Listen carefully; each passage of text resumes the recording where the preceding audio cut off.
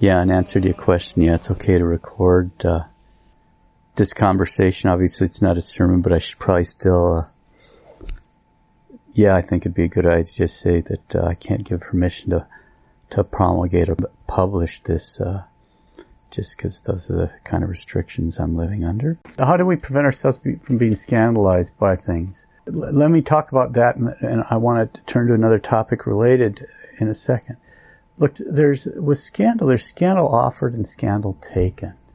Scandal offered is, isn't this a nice apple? Scandal taken is, yeah, let me take a bite out of it. So, there are two different things. So the fact that priests and bishops and even the Pope are acting scandalous at various and sundry times, I mean, you can't get worse scandal than the First Commandment. These violations of the First Commandment. I mean, come on. Thou shalt not have false gods before me. And then we commemorate it on October 13th. Let me make a note of that right here.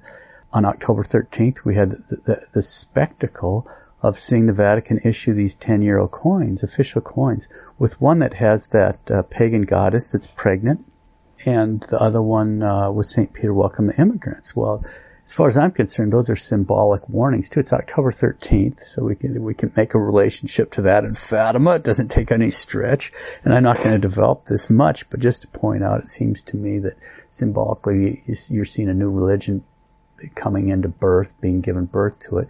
And St. Peter welcome all the immigrants says everybody will be welcome, except you and I, the Catholics. So it's this new environmental type religion. That's definitely a scandal. These things are scandalous. But taking scandal, the fact that somebody's doing something bad doesn't mean that I have to sin. In fact, I'm responsible for sinning.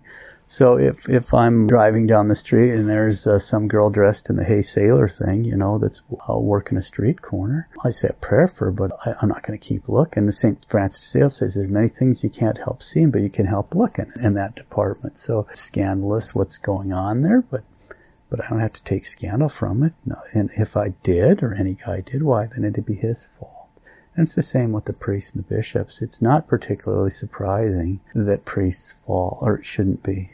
I mean, people, if it is to people, they could read the Old Testament, and that might disabuse them of the notion, because sometimes people say, I can't believe this. I said, have you ever heard Caiaphas? Have you ever heard of Annas? Have you ever heard of, Aaron built the golden calf. I mean, are you being serious? Have you ever heard of St. Peter denying our Lord? I mean, we could go on and on and on. I'm not making fun of it. It's just point out that human weakness, putting on a collar doesn't prevent you from human weakness. It's sort of a devil attractant, And so these guys, we have to pray harder for them, not be scandalized, because we don't know what the end of the story is. And we have to pray for them, but we don't want to be scandalized by them. And we also don't want to follow them. So that's what I would do with that. I wouldn't take scandal. It's not impressive, but you have to have sort of a, there but for the grace of God go I. I certainly don't approve of it, but I'm not going to let it bear me down. Now, that's a good question. The question of divine providence. I think this is readily available online. There's a little booklets available as well, but Uniformity with the Will of God by St. Alphonsus. It's a very small booklet, but I think if a person printed it out offline, I don't know, 8-10 pages. I'm just guessing. I don't know. It's fantastic because it can help them in all circumstances. Like, think, how ought I to bear this, and how ought I to think about things, and so they keep their calm, they keep their patience, and they just see, look, God is permitting this. I haven't fallen out of the hands of a loving God. And that's the thing to keep all this in perspective. I mean, none of this is escaping God's attention. And so if it's happening, it's either because He wills it or He permits it. And frankly, how can we expect everything to go so swimming and lovely when we've done nothing but offend God, like almost as a first principle, for so long? Just even the Catholic people. You don't have to go out and think of the Catholic people. I mean, people roar and complain about all the abuses, and I'm with it. I understand that in the sanctuary, and those are more important. But so many churches, you go there and I go, I don't see any priest holding a gun to these married people's head and tell them don't have any more kids. If they're wondering where the vocations are, it's because you didn't have the kids. Boy, that gets people mad when you point it out, but I mean, it has to be said.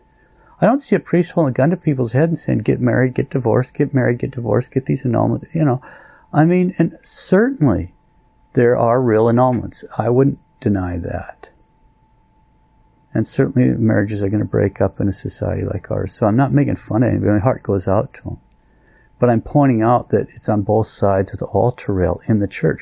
So you have all this chaos, idolatry, horrible stuff on one side of the communion rail, and you have other things on the other side.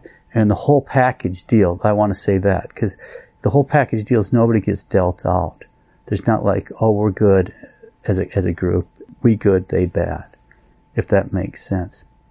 And I'm not making light of any of that, because we're talking about human suffering and pain. But in a situation like this, God can't bless a lie. And we have too much lying before God going on.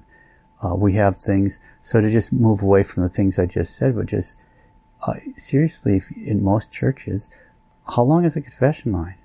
And yet everybody before this thing would go to communion. That's not possible. It is not possible that everybody in that church is disposed to receive our Lord. Not possible.